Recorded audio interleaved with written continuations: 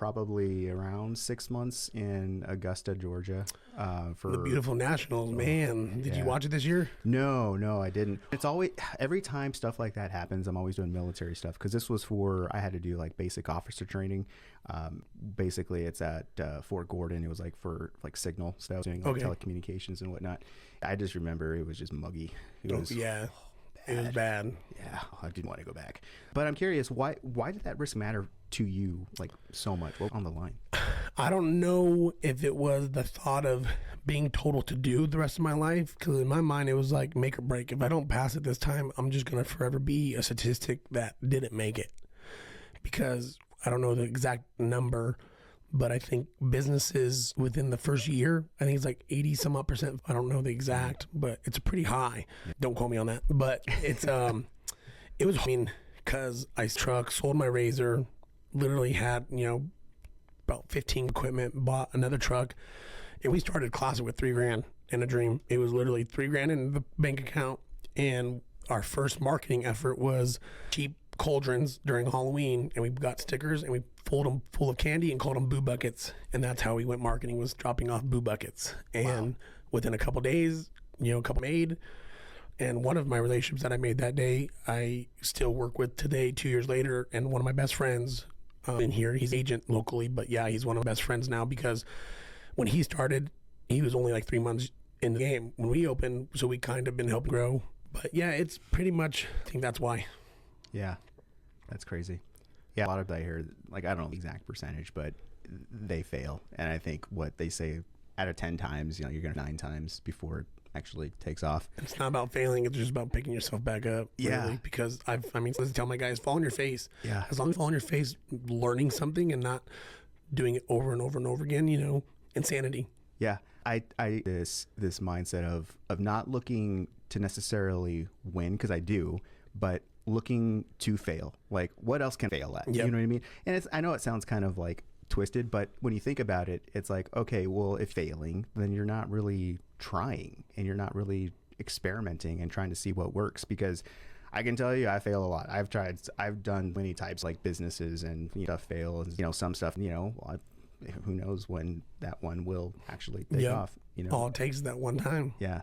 And I think there's some people that have that fire, that's entrepreneurial spirit. Some people don't, which is fine, but take passion to want to keep going and doing that. It's just interesting. Like a burning passion that it won't let you sleep sometimes.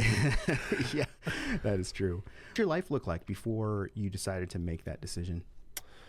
So I worked for my father at the time for about 9 years. So I dropped out. I should have graduated 2015. So I dropped out 2014, and then did the off-roading stuff for a little bit. And then about 2015, went to go work for him full-time as a helper, and then slowly made my way up through the technician, and then manager, marketer, everything between for about 8 years.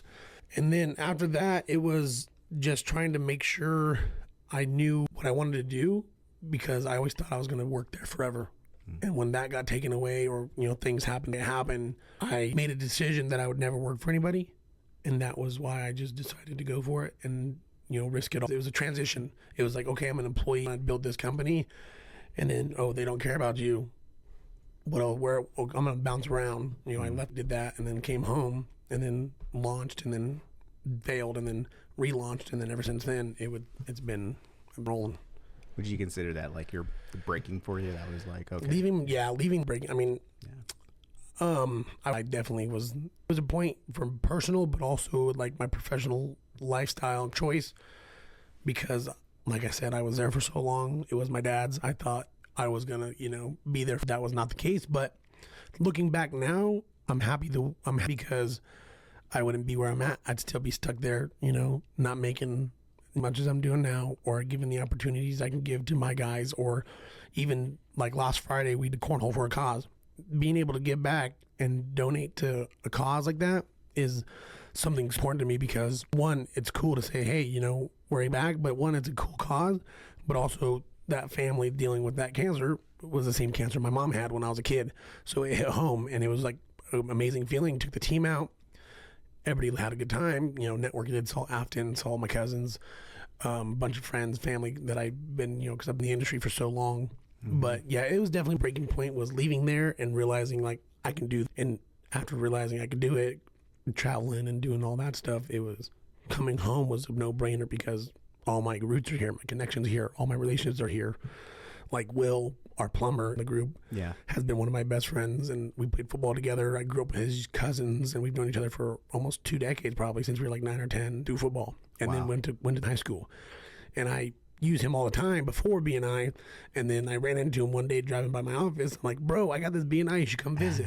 And I'm happy going back to your question, I'm happy I took the risk because not only does it like change my life, if you use the givers, the more you will gain, and that is like my core, like love just produce and give other people work, because it may not be tomorrow, may not be a year from now, but in 6 months, 12 years, that favor will be returned. And I have a couple buddies, very few, but they're the same way. Years ago, I'd always take care of them, and then fast forward, 10 years, fell on my face a couple months, 4 or 5 months ago, and had to rebuild.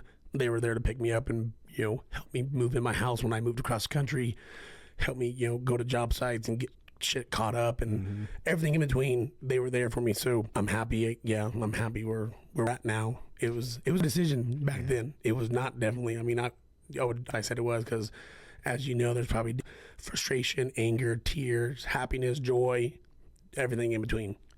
Yeah, I mean, when risks, there's